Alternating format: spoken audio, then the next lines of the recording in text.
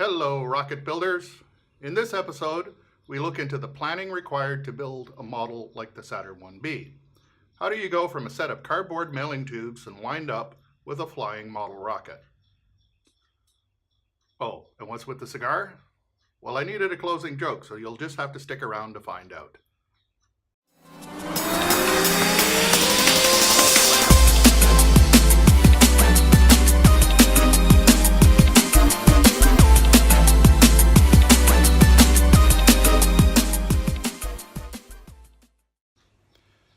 In this video, I mention a lot of reference sources, images, and tools. I'll have a link for all of these in the description below. Don't forget to hit like and subscribe. When you're building a scale model of an actual rocket, the first thing you need is information. This can be a very frustrating experience. In many cases, the information is difficult to find. The Saturn 1B, though, as a rocket, is probably as well documented as any out there, as we'll see. In many cases, the information either doesn't exist or is minimal.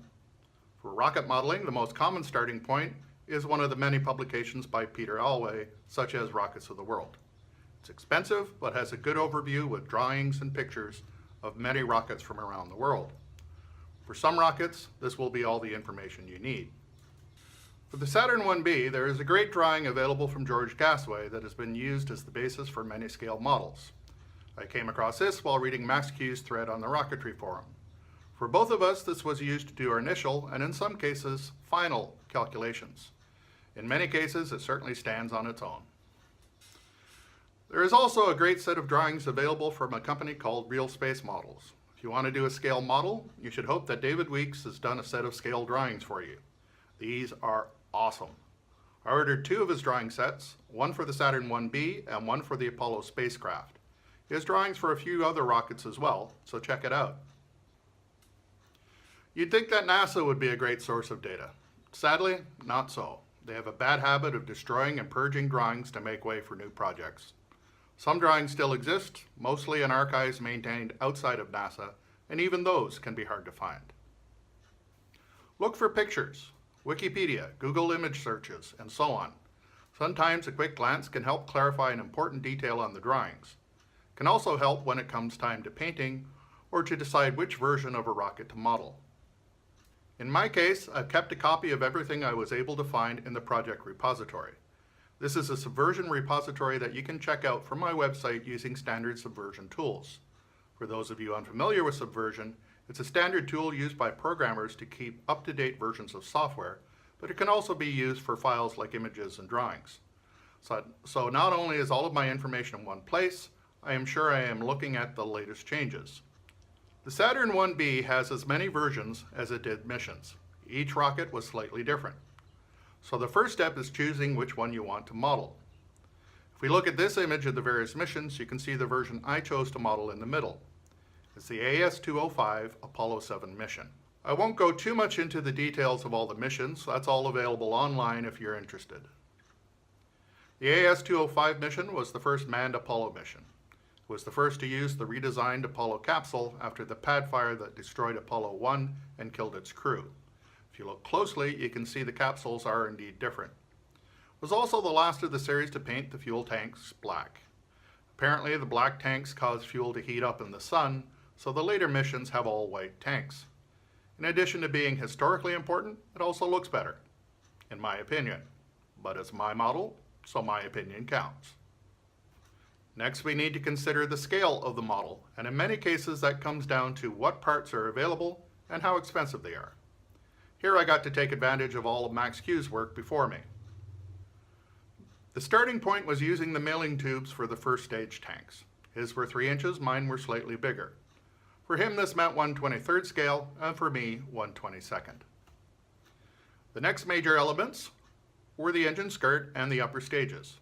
I'd already decided to make my own tubes based on MaxQ's work, so I don't have to worry about what was already out there in terms of size. I just had to figure out how to make them. Like MaxQ, I was going to use the sonotube concrete former and wrap the fiberglass around that. He managed to find a former that was close enough in size. These things have a fairly large variance in sizes though, so finding one that's exact is difficult. You may need to bring a tape measure to the home supply store and measure them for yourself. For me, I got one slightly oversized and sanded it down to the right dimensions. I'll talk a lot more about that when we get to that part of the build. So at this point, my dimensions were set. Everything else would come from this. Usually with a model rocket, the external skin is structural. That wasn't going to be the case for this one.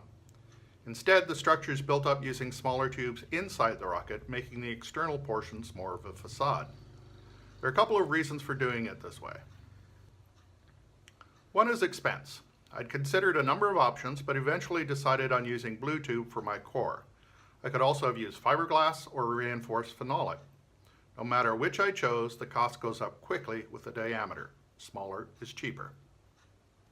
Another is ejection pressure. Parachutes are deployed by lighting some black powder, which creates enough pressure to cause the pieces to separate.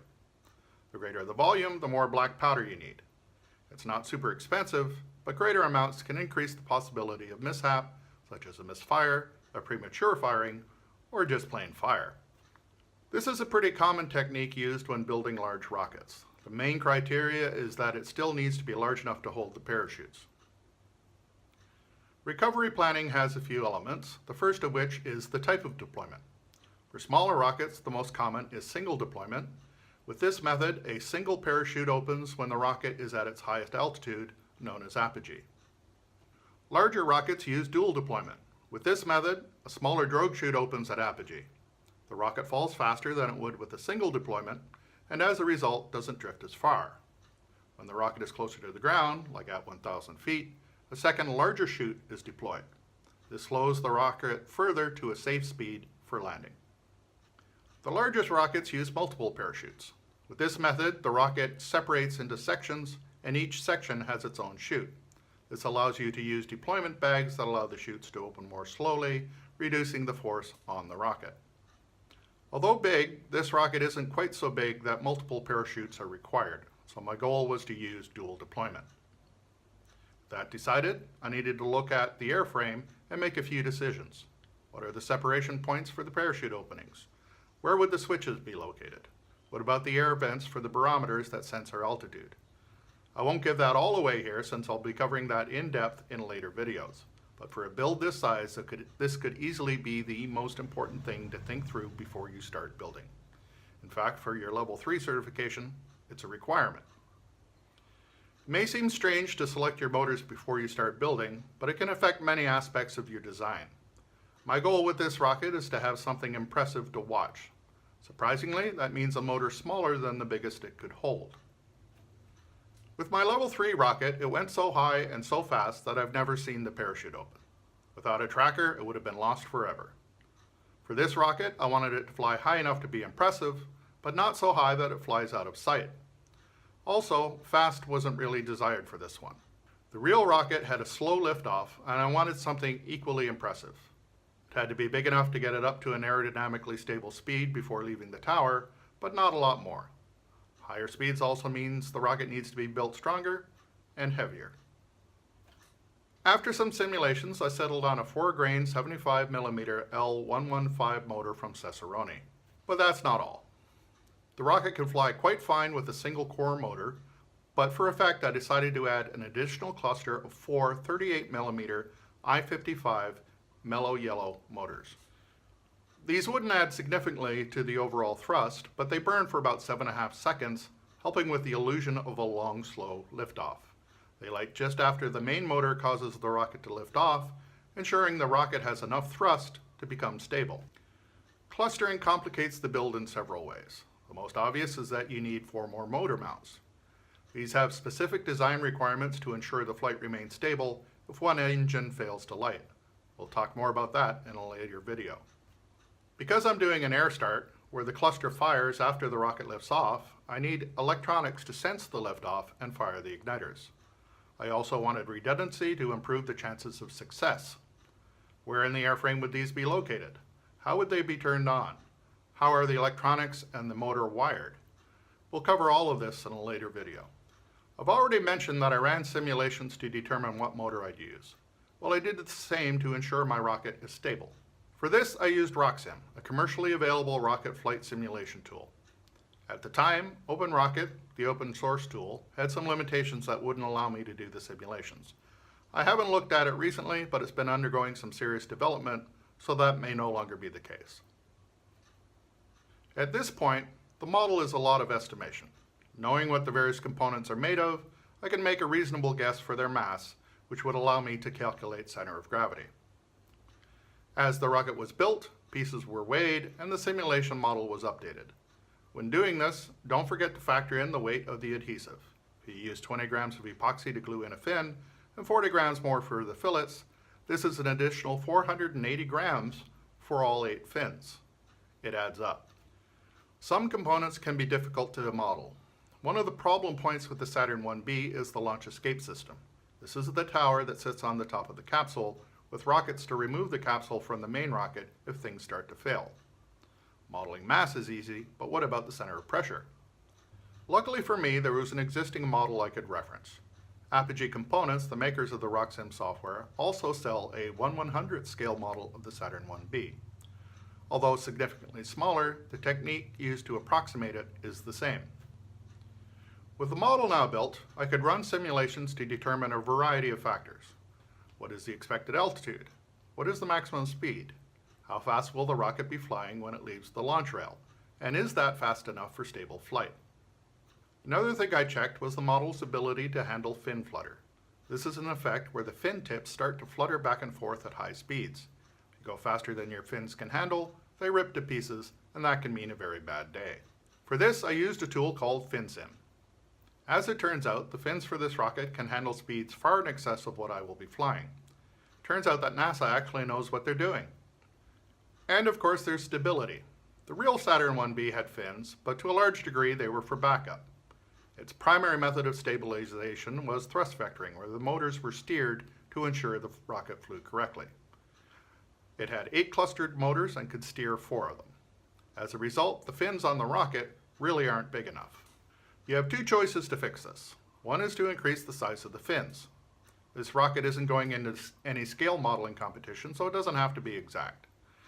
The other is to alter the center of gravity with nose weight.